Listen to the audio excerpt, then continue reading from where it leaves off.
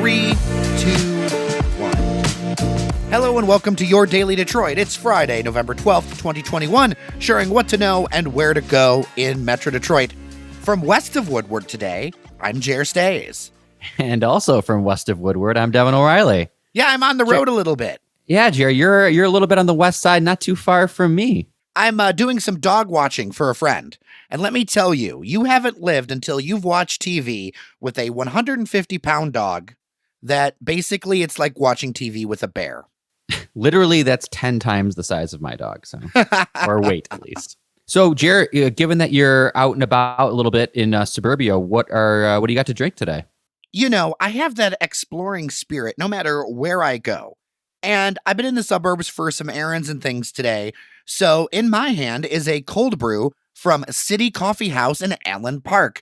It's on Allen Road by Philomene, and it's a cool space with brick walls, an art vending machine, which is just super cool. You can put $5 in and get some art. I'm going to post it over on Instagram. It's got a giant wall of downtown Detroit old photos, which is cool. It's a neat little space. It's got a really cool vibe. It was pretty busy. If there was one thing I would add is I wish they had a little bit of old downtown Allen Park on the wall too. I love photos that nobody else has. And in general, I feel like when I walk through downtown Allen Park, I'm like, you know what? Little tweaks here, little tweaks there. That could really be something. Yeah. Not that it isn't already fun, but it could really be the next level. Downtown Allen Park's a kind of quaint little area. It's got it definitely has the bones to become a cool little walkable place. It kind of already is, but like you said, all it needs is, a couple little coffee shops, wine bars, retail, the building blocks of a good kind of small business downtown. And it's kind of there.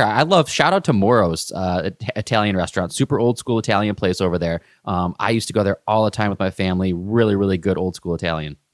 See, I think what could be cool about Allen Park is if you go down a couple of the streets, there are some awesome mid-century modern signs.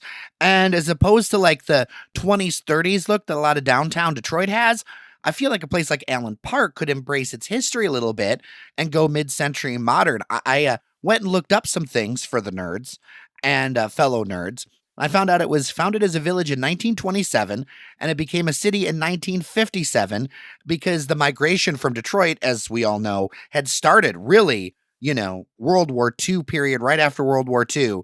That's when the out-migration started to happen. And it's home to both the corporate offices of the Detroit Lions and that big old tire on I-94. That's still within Taylor. I did not know that. Well, I did know it was originally a Ferris wheel, but I did not know that it was built for the 1964 New York World's Fair. So, neat. Now, Jerry, I don't want to start a rivalry or anything, but I've got a add-on fact for you for the Detroit Lions thing, and that is that the the address of the corporate offices, so the front office is technically in Allen Park, so the address is Allen Park. The majority of the building and the practice facility is actually in the city of Dearborn. So really? We like to claim Dearbornites like to claim it as their own, even though the address is Allen Park. The majority of the building is actually in Dearborn.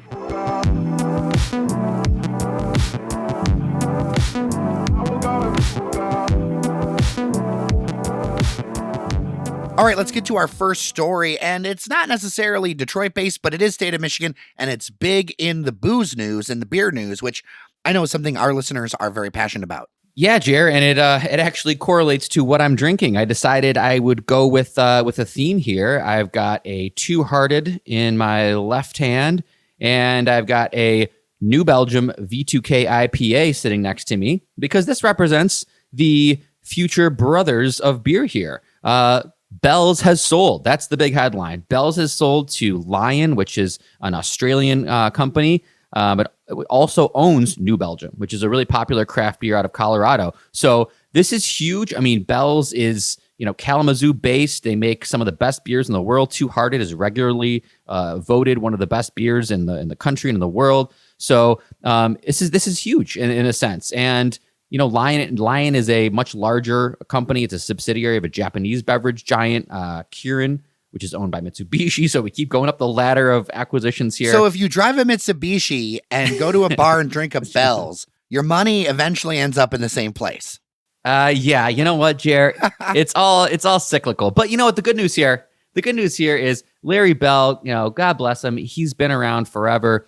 he started this. He's just an absolute pioneer in the craft beer industry. So he's retiring, and it's not a sad story in that sense. Larry deserves it. Larry deserves to relax. I'm sure he's not completely getting out of the game, but he's retiring. I'm sure he'll do very well on this sale. But what's important to note is that by all accounts, as a customer, you shouldn't notice a difference. That's the idea, is the staff is staying the same. The leadership at Bell's is staying the same. So, this should be a smooth transition where your beer won't change a lick. You'll still get all of the great Bell's offerings, the eccentric, eclectic cafe in Kalamazoo downtown, which is really cool. I paid a visit this past summer. That's going to stick around. So nothing should change from a consumer standpoint. So I got to ask you, because I do enjoy a beer here and there, but I'm more of a cocktail guy. You're more familiar with the New Belgium that was recently purchased by this very same company. Do you think that the quality is stuck onto the same? Yeah, I do think that it has. New Belgium really leans into their Voodoo Ranger, which is a series of IPAs. So they basically have all sorts of kind of different variations on the Voodoo Ranger IPA. They have hazy versions. They have more kind of hoppy, piney versions. They have stronger versions, session IPAs. So New Belgium is really kind of a leader in the IPA game, and I haven't really noticed anything. I've been drinking them for years. Still fantastic. It's not like the recipe is going to change here, and that's the best part. It's not like they're going to come in and all of a sudden it's going to be a new recipe to make your Two Hearted or your Oberon.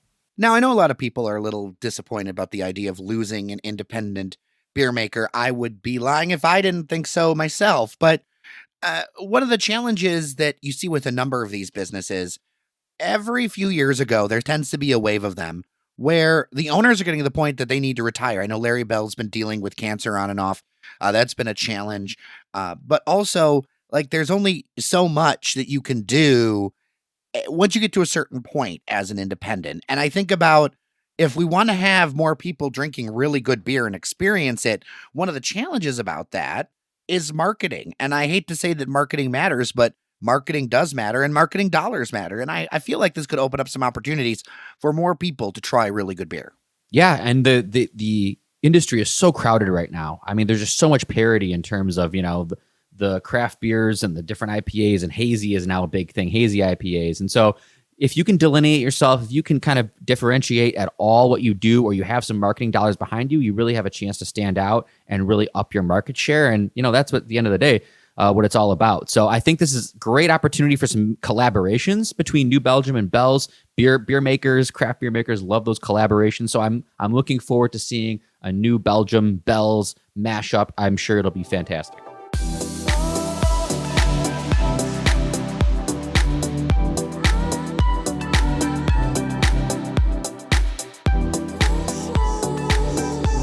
All right, our next story is back here in Detroit, and I just want to talk about this one real quick. This is an NBC News story that also worked with Outlier, which is a great local media outfit, talking about basically a fake landlord scam in Detroit. Now, this is something that I've heard rumors about, that I have, over the years not been able to really track down as a hard thing, but I've heard from so many people that this is something that happens, and it's really despicable. And basically, 1 out of 10 tenants facing eviction in Detroit say that they've been duped by con artists who've sold or rented out houses they did not own. This has been going on for more than a decade. I think it's insidious, but it is something that is happening, where you've got people who slide in, whether it's a land bank home, whether it's an abandoned home, whether it's something that just isn't being paid attention to.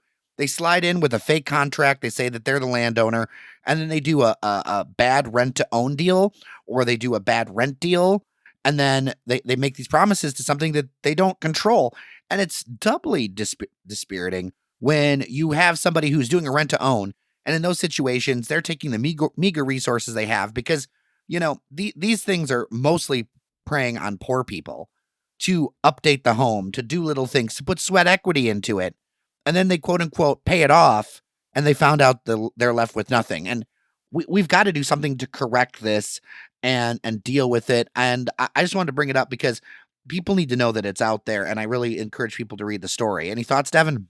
Yeah, I mean, this was just, the words that come to mind reading this are frustrating and disheartening, because they mention multiple times and go out of their way to kind of talk about how there's literally nothing that can be done in this case. If one of these individuals who thought they were paying a landlord or paying someone to own their home, finds out or reports that, oh, I've been paying $400 a month to somebody to pay off my home, and it was a scammer. There's nothing you can do. Basically, they're being told, sorry, SOL. Like, you're not going to get the money back. So we just kind of carry on and try and pick up the pieces and move on from here, which is horrible. These people, in many cases, have lost thousands of dollars thinking that they're on the path to home ownership and just being stymied at the end. And there doesn't seem to be a system in place to resolve this. And the city doesn't seem to be able to say that they have any kind of remedy for this. The banks don't. So I don't know. There's no remedy in sight for this issue. There was this talk about more rental inspections, things like that. That didn't pan out as well as the city hoped, I don't think. Remember, we covered that like a couple of years ago. And this is something where if you've got limited resources, why don't we focus on the people being scammed? Why don't we go ahead and try to have some resources where, if you do a land contract or something like that, you can do a quick clear and say, hey, am I doing a deal with the legit person who owns this thing? And honestly, I'm hoping to have Chase Cantrell from Building Community Value on to talk more about this, because he's somebody who does a lot of work with trying to get people, to have people develop in a smart way and to be part of the community. And he's got a lot of resources as a nonprofit. I mean, we talked to him on the show about various political things, but in his day job, one of the top things we get from people of all kinds of backgrounds is, I want to move to the city. I want to build in the city. I want to rehab a house and I want to live in it. There has to be something better than what's presented in the story as a remedy. And that's, hey, let's make sure everybody knows in Detroit that you shouldn't trust a scammer and be on alert for scams. That was kind of the response was, well, we just got to do a better job of making sure people know that there's scammers out there trying to scam them. I'm not sure, I don't buy that. Let's be honest. Like, people don't trust authority in the city of Detroit. Whether it's police, vaccination rates, things like that, you've got to build trust in the community and use people who are trusted in the community to make those bridges. And it's such a disgusting thing to me to see this happen to so many people. And if people have ideas who are listening about this, jared@dailydetroit.com. I'm going to work on an episode that focuses on solutions as opposed to just the sad part.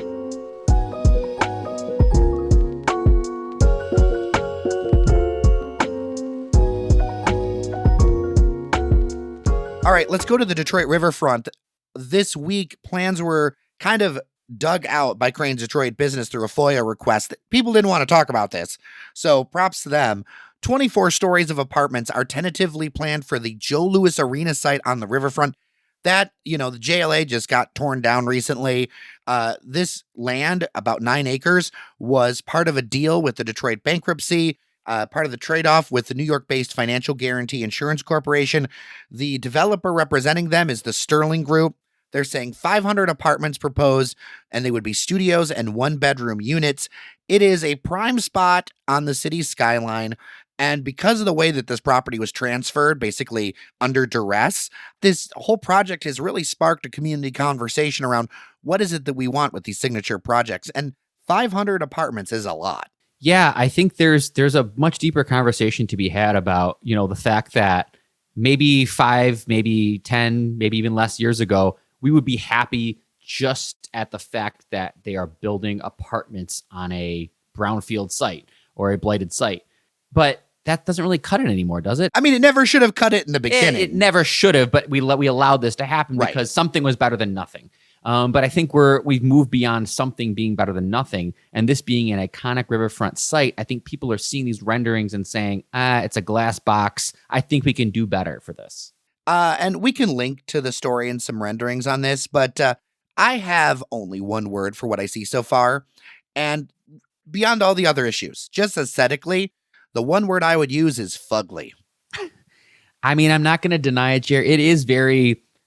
anyone could have came up with the drawing for this. Is not very, I think of other similar like glass boxes per se, but there's some really nice mid-century ones. The Plaza in Midtown. There's another building, I can't think of the name, in downtown that kind of has that mid-century kind of glass box, rectangle, but it has a certain style and architecture to it.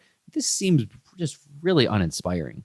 And I guess I wouldn't be so turned up about it if it wasn't like right front and center. Like every single skyline shot of the city, you're going to see this thing. Yeah, It's going to be something that shows off the entire city and the entire region. And so I feel like the bar needs to be a little bit higher up there. Now, the other side of this and the aesthetics, I know people could debate me on them, but the lack of 2 and 3 bedroom units means this apartment mix is going to be catering to basically younger people and maybe some older folks, but mostly younger people. My guess is this is going to be something that's going to be much higher on the income scale. They're going to try to maximize. You're going to have 500 apartments in there. You want to maximize your profit on this thing. And there's the idea that, the city needs to have more opportunities for people with 2 and 3 bedrooms so that you can have folks stay a while, as opposed to like the 1 bedroom or studio in your 20s, make a bunch of money and then book it. absolutely, Jerry. And also, not only that, but this goes to a kind of a longer conversation about the fact that where they're building it, really the heart of kind of the downtown Detroit area has moved north into kind of, downtown, midtown. That riverfront, you're in a concrete kind of fortress there with the Rensen, with the You're riverfront right. towers. I mean, you can't walk. You can't. Kobo. Yeah, exactly. You can't just saunter over to your favorite restaurant or cafe if you're in those in that building. It just doesn't work like that. There's like layers of concrete in front of you, so it's actually not very walkable. Some people might appreciate that because, remember the whole like series of fortress developments we had during the 90s and 2080s? Well, that was built with segregating populations in mind, unfortunately. Unfortunately. And so I think that's going to be key about this too, is creating connections so that it becomes a vibrant expansion of the riverfront that's then tied into the rest of the city instead of being an island unto itself, which honestly, Joe Louis Arena was itself. I mean, I know a lot of people have fond memories of the Joe. It was never my favorite arena for a variety of reasons. No, absolutely not. I've gone. I'm thinking of going to, like, when I've gone to Red Wings games and concerts there. You walk out of there, Jared, and I can't. If you can think of a time, you can't just walk over somewhere. I remember leaving and going, "Oh, let's go to this. Let's go to the restaurant. Let's go to Anchor Bar." You can't just walk over to Anchor Bar. It's a pain in the ass to get anywhere from leaving Joe Louis because of all the freeways that cut past it. I think we could push for something maybe a little bit better.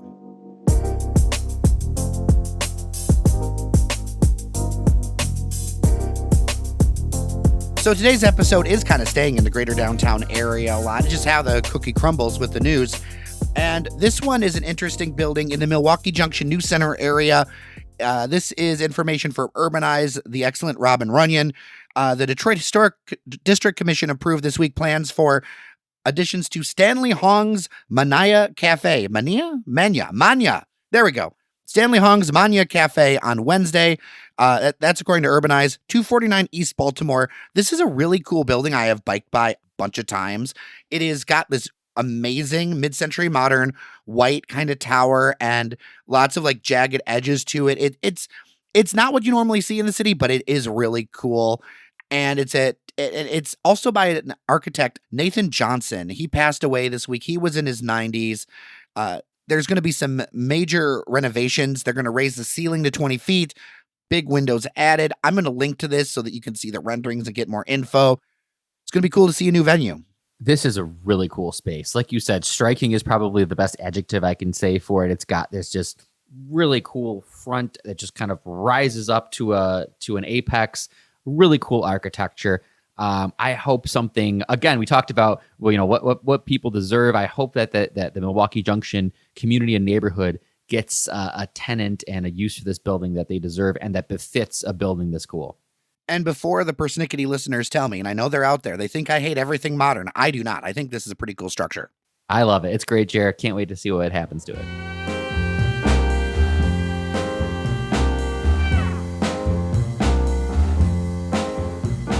Yet again, the whale mural is in the news, designed by Robert Weiland. He's a Metro Detroit native, I think Madison Heights. This is back in 97.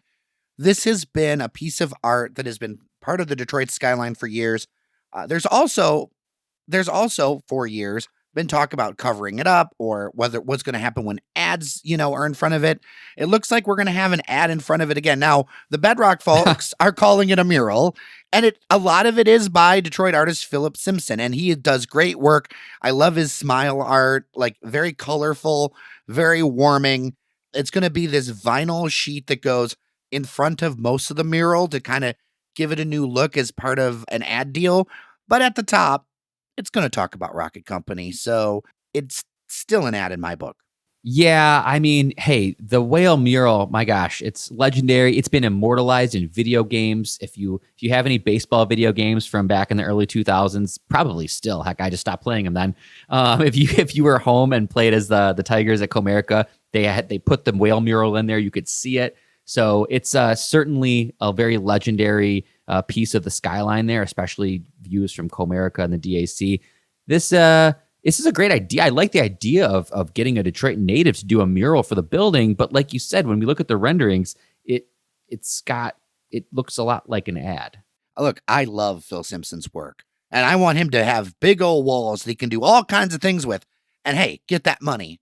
But sending us releases saying that it's a mural, I'm gonna call malarkey on that one. And Rocket and Bedrock have done a good job. I mean, they've got the Shepard Fairley. Now, that's a mural. The Shepard Fairley mural is a mural.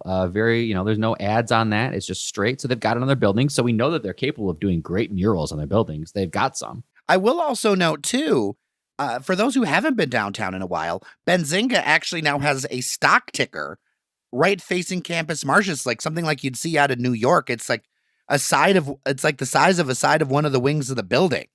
And it's pretty bright and pretty much like right there promoting the Benzinga stuff. And that does add a lot of like energy to like the downtown core area. Yeah, it feels very Times Square-ish.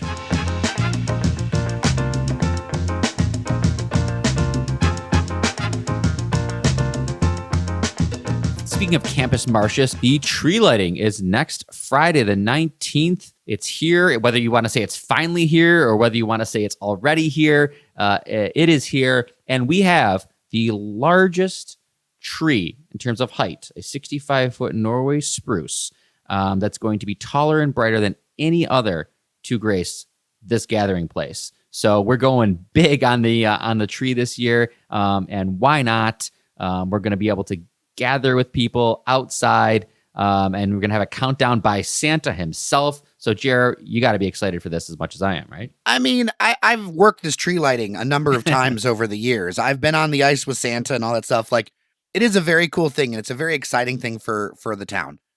I have one rule. My one rule is no Mariah Carey holiday songs until after Thanksgiving.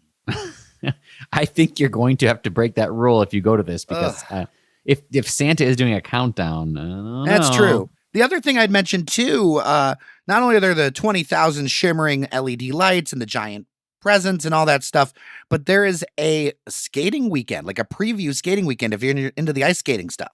Oh, of course. Yeah, I mean, the skating is the ice rink goes hand in hand with the tree nowadays.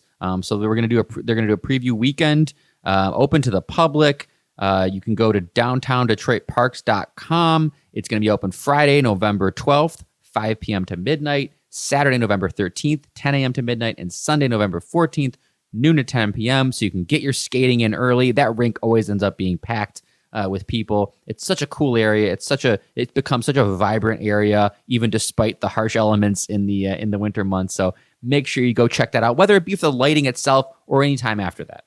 And this pairs really well with Cheyenne's report from going and seeing the holiday shopping just right across the street at Cadillac Square. They're right next to each other. Go check out all the amazing small businesses over there in the Cadillac Square Market.